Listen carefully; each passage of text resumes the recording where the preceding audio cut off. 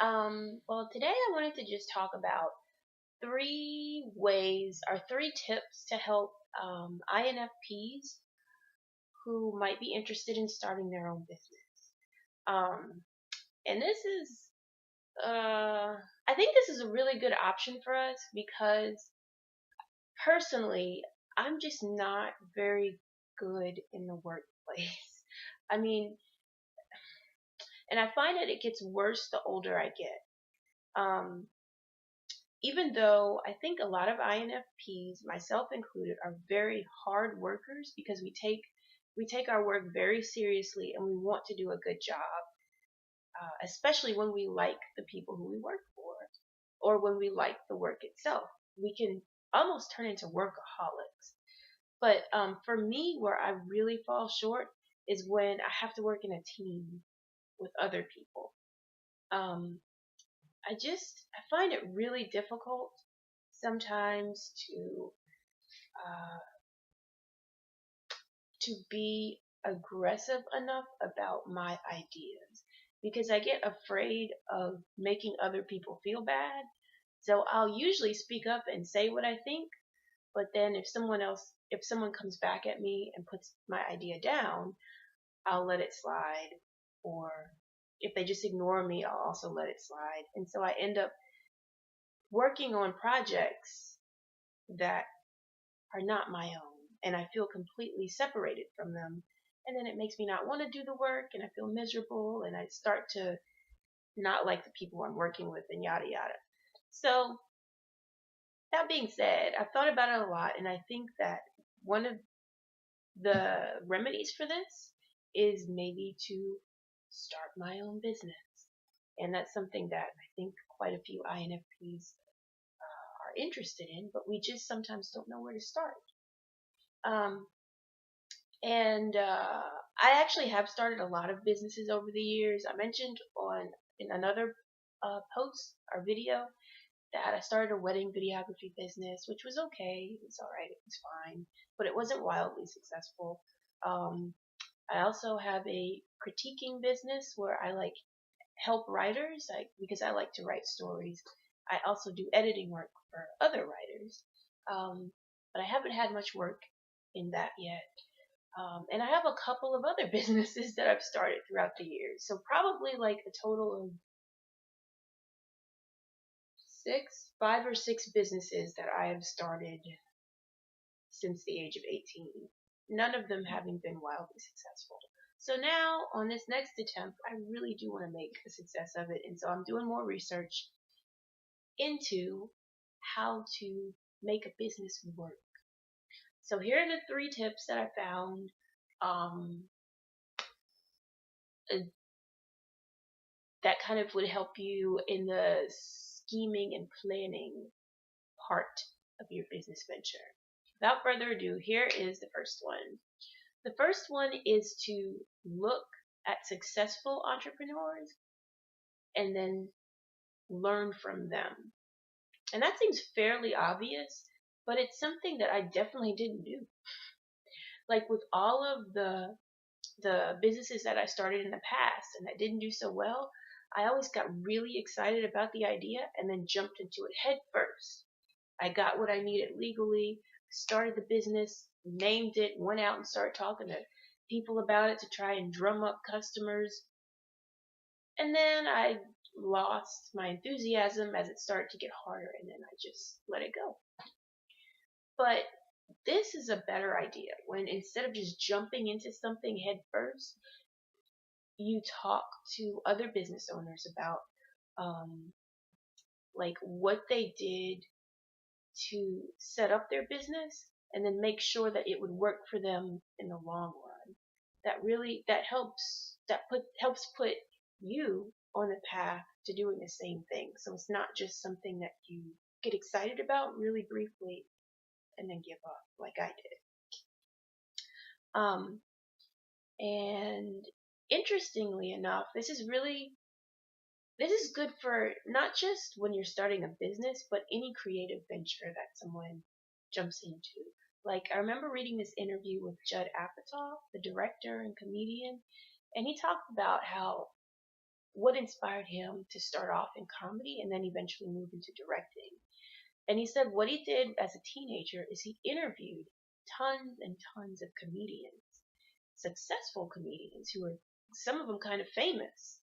And the way he got to do it is he set up his own little radio show, um, and he invited them to come do an interview to promote whatever tour or event they had coming up. And they didn't realize it was just a kid who'd be interviewing them, so they came. But that's how he learned. That's how he learned about the comedy business, and I think that's how he got a few tips on like directing or just basically the world of Hollywood and how to master it. And now he's like a wildly successful director, even though he's admitted that he's not that talented behind the camera. But he definitely got pointed in the right direction when he started out by interviewing tons of people who were super talented and had lots of experience. So that's something that we definitely should do if we are interested in being entrepreneurs.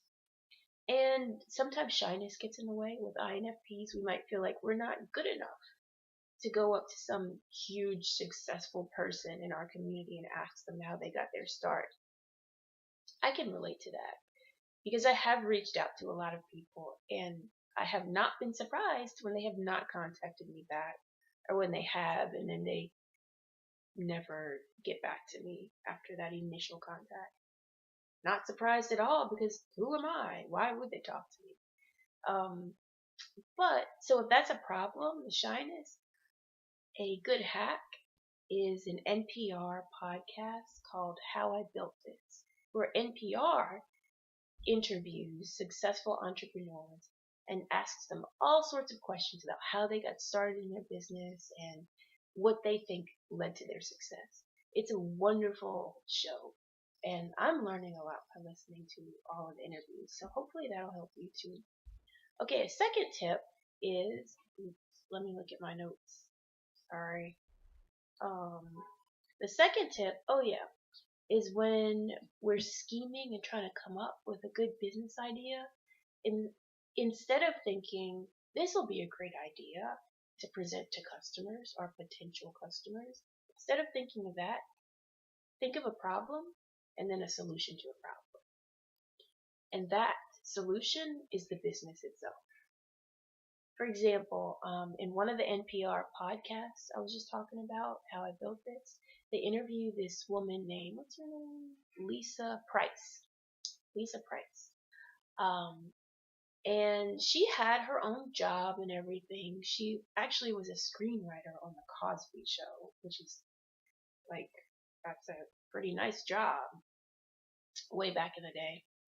And anyhow, one of her little issues that she dealt with was, as an African American woman, she couldn't find a moisturizer that really helped her skin. And I can relate to that because when you have dark skin, it tends to like, when it's dry, it tends to like turn white and it's weird looking.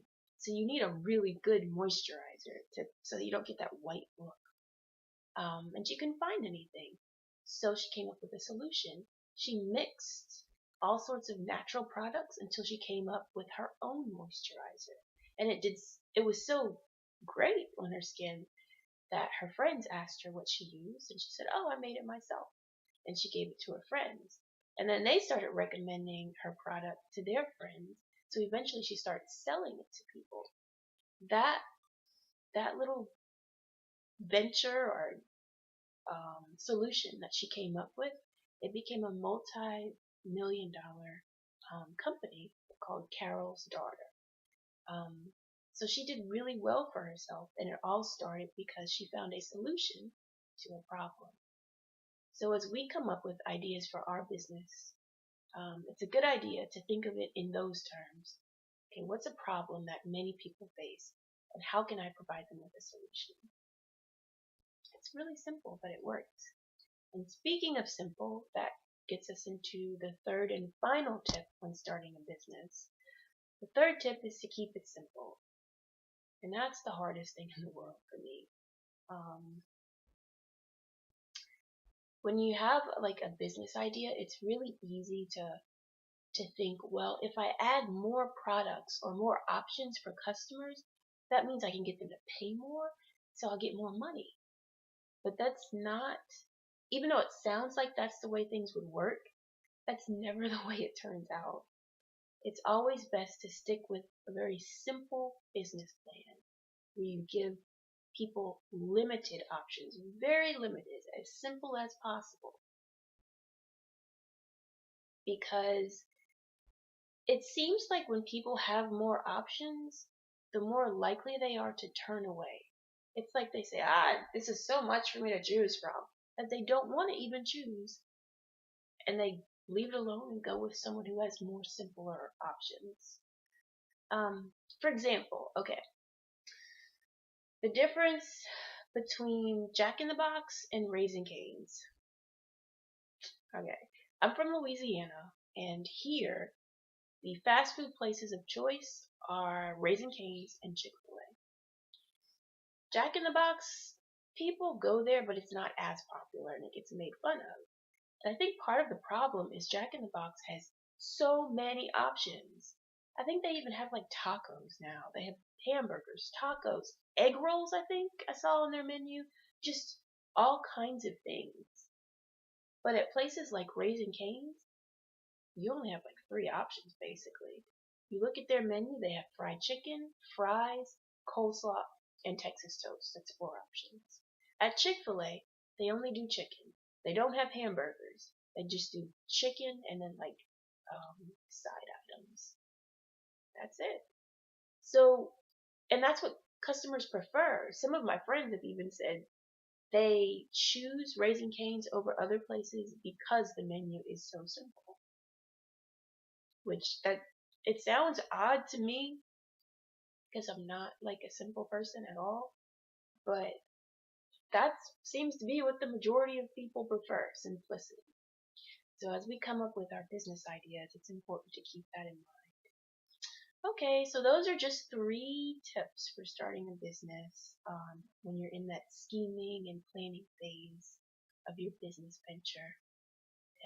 And I hope like to in the future go over more tips on how to start a business. And I'm gonna put those in writing. They're on my blog, which is called Herd, Heard, not Herd, NOTHERD.com. I know that's a weird blog name, but again, it's Herd, HERDNOTHERD.com. Herd, not Herd. And that basically means that instead of following the herd, you are someone who is heard. That's where I got the title from.